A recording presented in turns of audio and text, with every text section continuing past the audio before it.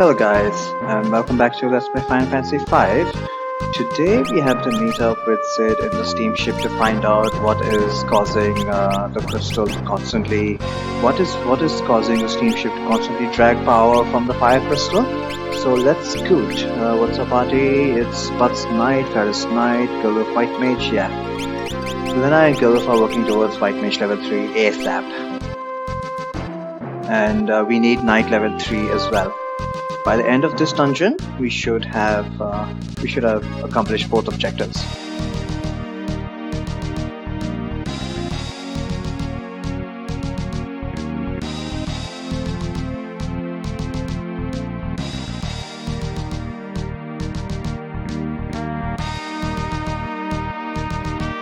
Okay, so the engine. We have to make our way to the engine room.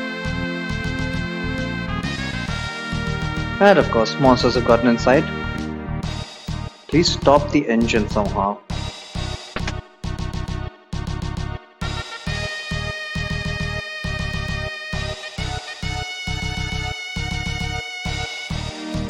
It's a relatively short dungeon, nothing to worry about.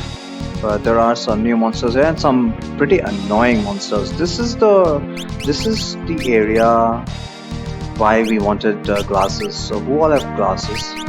I think only 3 of my party members have glasses. Or not even 3, eh? Well, yeah, 3. And the one who doesn't, I've equipped the silver ring. Glasses don't really matter for the white mage. But yeah, if at all possible, allocate your glasses. Priority for the glasses is for the knights because they are the physical attackers after all. Right, let's get started. Some pretty interesting monsters here.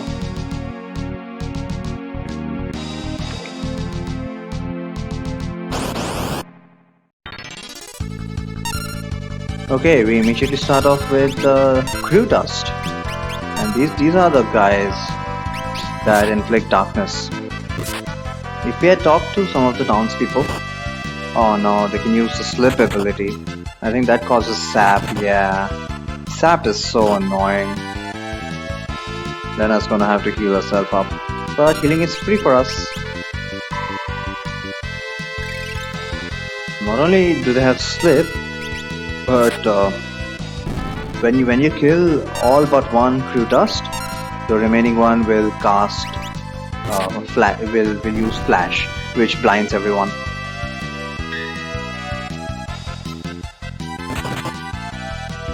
So that's the primary reason we wanted glasses. It's no big deal actually. Eye drops are not really very expensive either. But hey.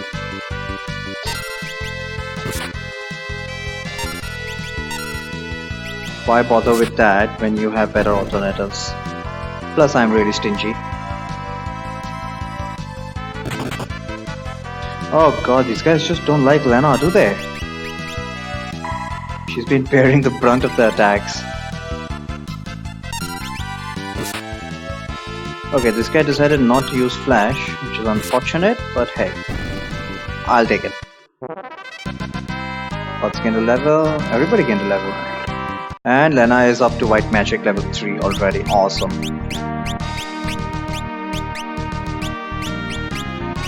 So now we want to convert her into a time mage.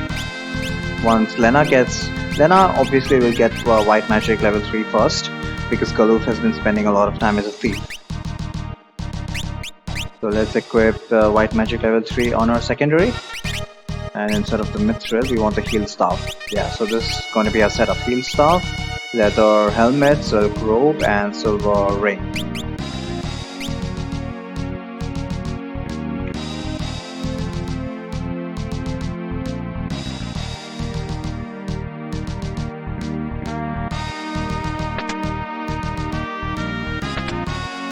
Get an elixir here, awesome. Like I said before, save up all of your elixirs.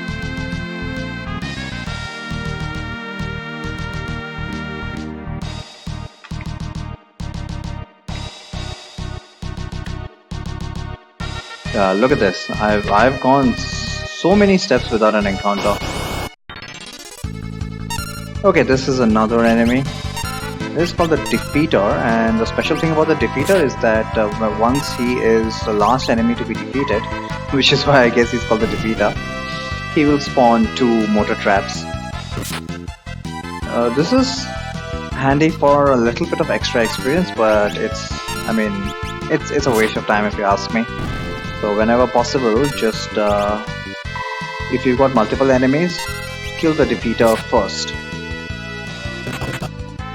just to avoid this unnecessary extra mortar traps. But if you are stealing, you can steal an ether from the mortar traps, and remember, ether sells for a good 750 bucks.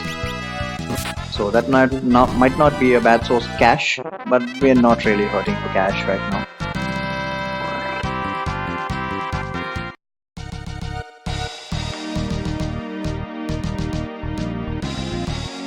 And I think there is only one more new enemy here, who is the most annoying out of the 3 of them.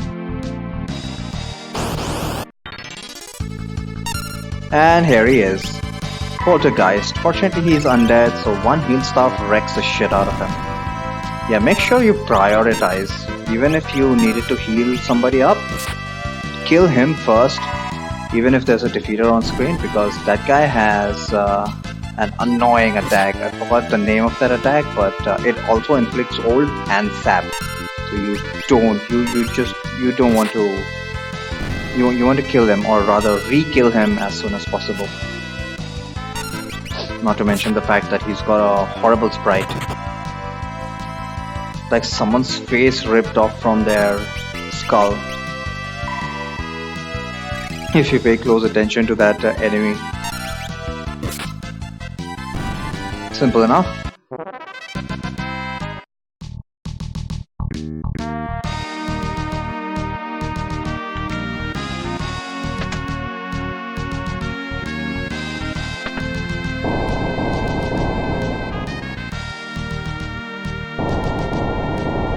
There's actually a pretty neat puzzle in this place, which will come up shortly.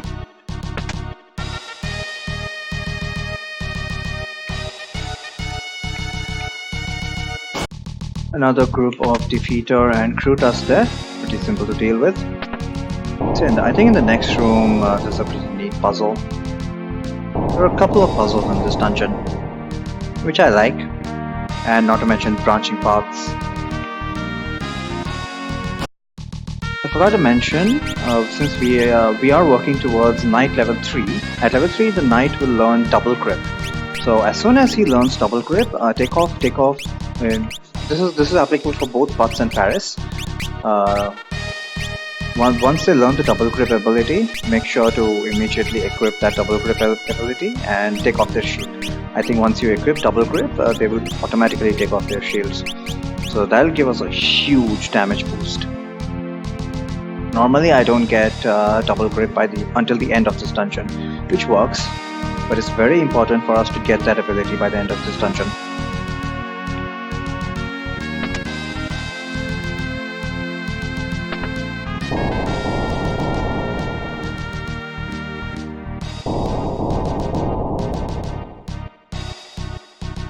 So this is what I was talking about when I said branching paths.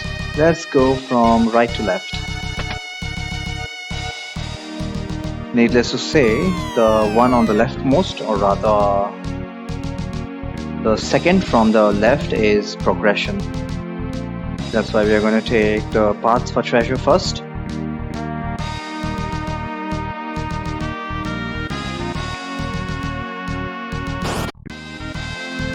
Okay, there is another poltergeist and crew dust. So this was a green beret. Keep hold of that. And let's go back to the pick a door room. This time we'll pick door number 3.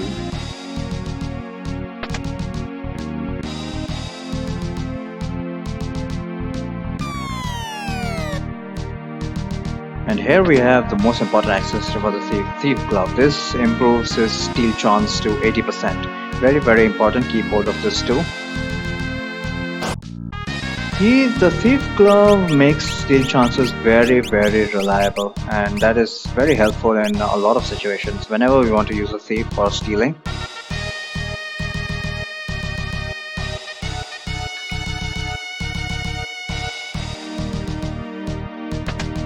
Am I going the wrong way?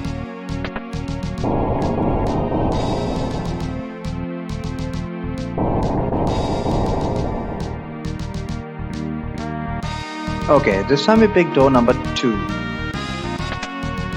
Door number 1 just leads back to where we came from. Before going up this door, let's go for some treasure.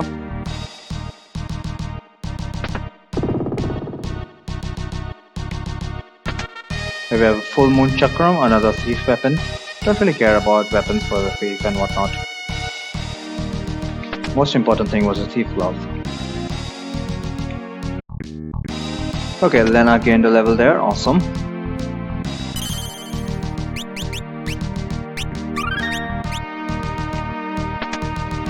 Carrying on, this is the puzzle room I was talking about.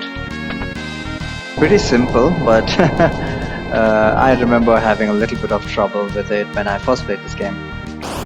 Man, Sap is so annoying.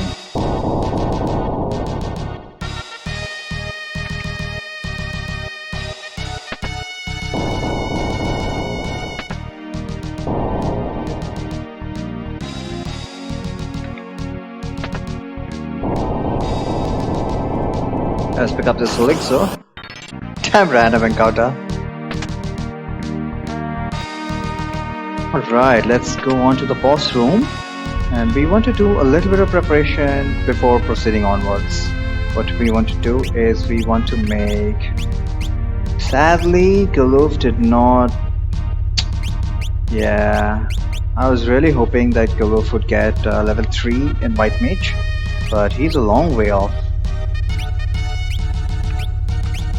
And Butts and Faris, they are well, they're almost to level 3 knight.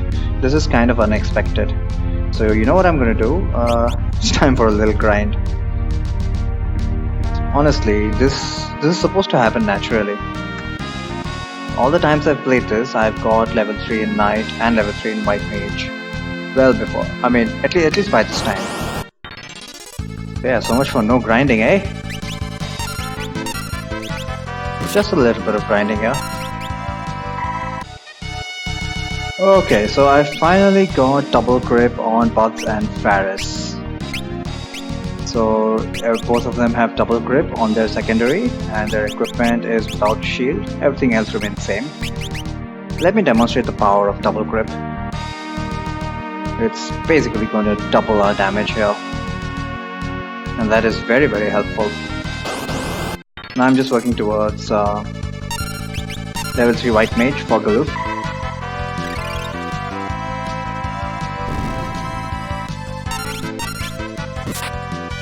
Look at that damage. She was struggling for about 200 before. Of course, she also gained an additional level. Alright, so I had to grind about 12 battles, which is much more than I would have liked, but seriously. I've played this many times and by this time I already have double grip on Butts and Faris and Galoof level 3 white magic, so I don't know what happened this time. LP curse, I guess. Anyway, we want to change Butts and Faris into Mystic Knight with double grip. What's the equipment? Mithril hat, Mithril helmet, iron armor and Mithril gloves for Butts. So that was pretty much handled by Optimal. And same setup for Faris. Okay, Mithril sword, iron helmet, iron armor and leather shoes for her because obviously we don't have an extra pair of Mithril gloves, which is okay.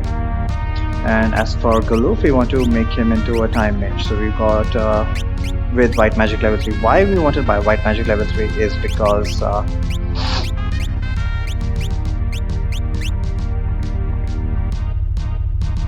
why does he have silver? Because white magic level 3 is the one that has cure 2 and life. And we need both of them this fight. Yeah, Lena unfortunately got blinded. Then also has she's also a time mage with magic level 3. And what is her equipment? Healing staff. Okay. Leather, silk, and silver. Okay. So did I have 2 silver rings? I don't remember that. Yeah, I bought an extra one in Karnak. Anyway, this is going to be our setup. Let's fight the boss. So this boss is really interesting.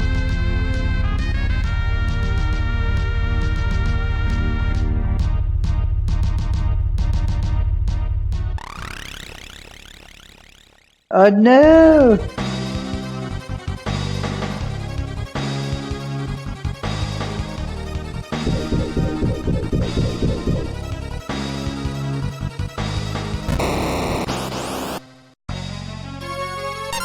So just like what is her name, Siren, this boss has multiple forms. What is interesting about him is that, well, seeing as how he's a being of fire, will obviously be weak to ice. We are going to take full advantage of that. So let's set up Ice 2 Spellblade.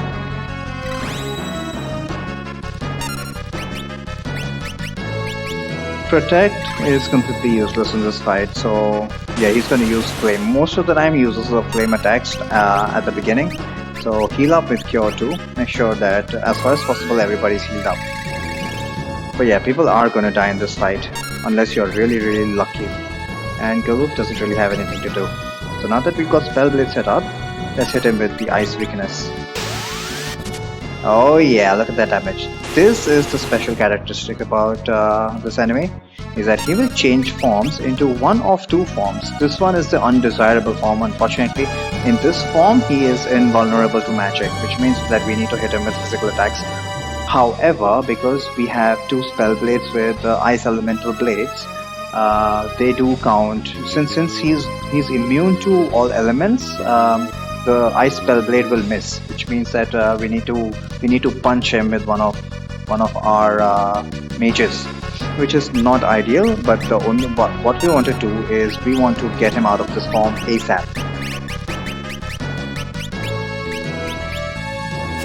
which is complicated by the fact. God damn it, Lena!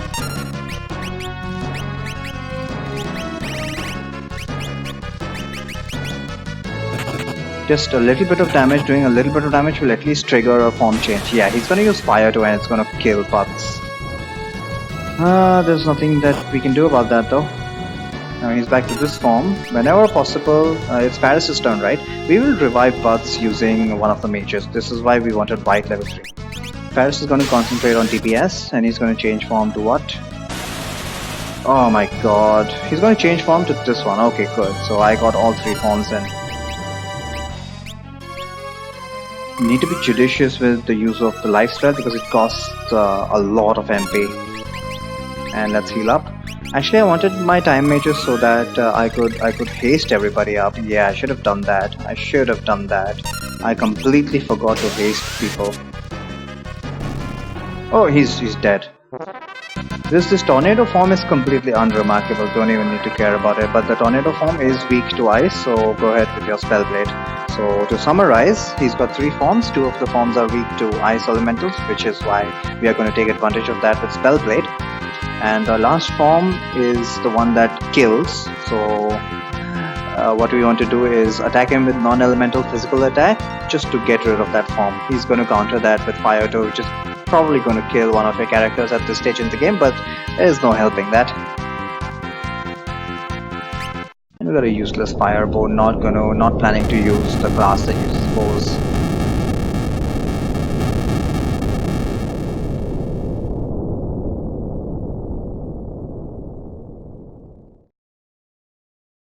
Oh, rip Queen Karnak.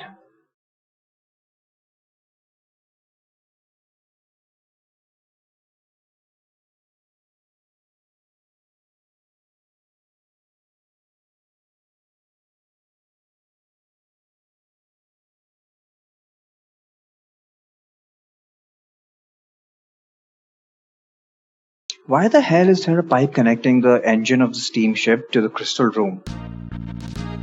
I guess that's how they were drawing their power. Now, before proceeding, we want to change our jobs right now. So change them back to knight with double grip. Mithril, iron, mithril, okay.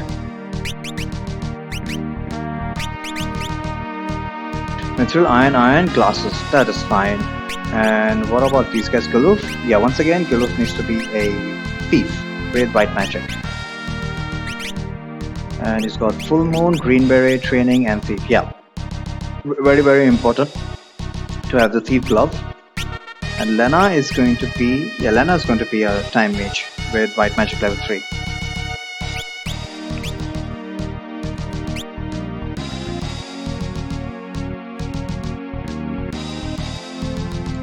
Yep, let's proceed. Very important that we get our job changes ready right away, because we're coming up on a sequence which is time restricted. Another gimmick in this game.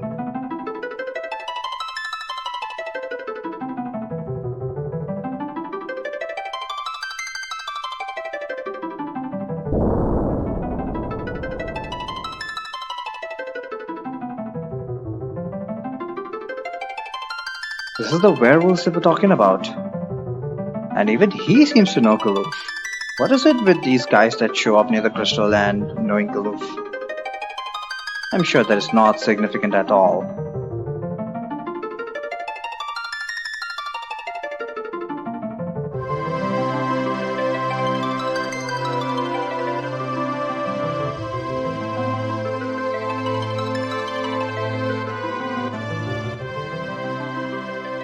Hey, who's that? Stop him!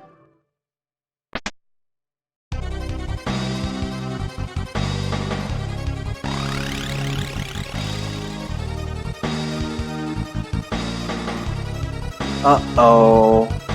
Anyone who laughs like fwa ha ha ha ha has to be evil.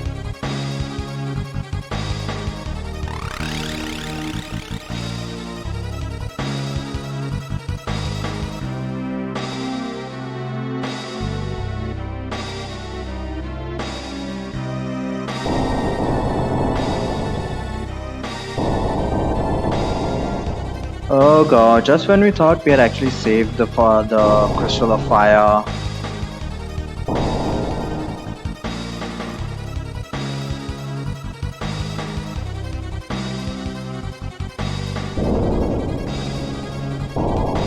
Okay, so the werewolf is prepared to sacrifice his life to save ours. Not cliche at all.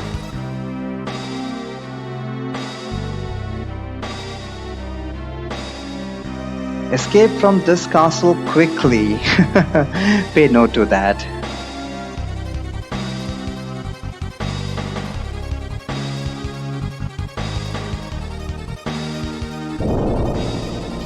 Nope. The plot will prevent us from saving the werewolf.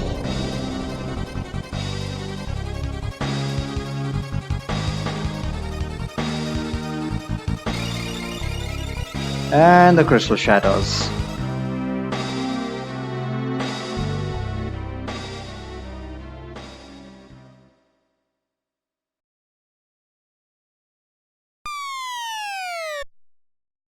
We fall down to the castle.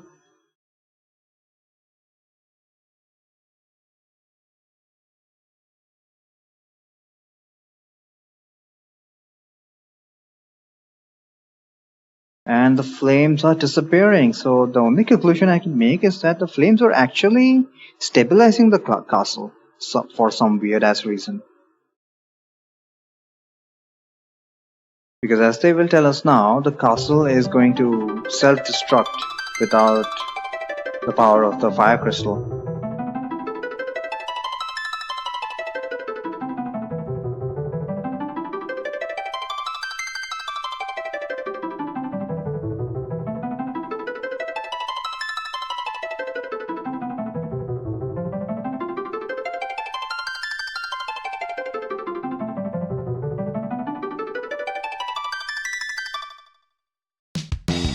And it's this music.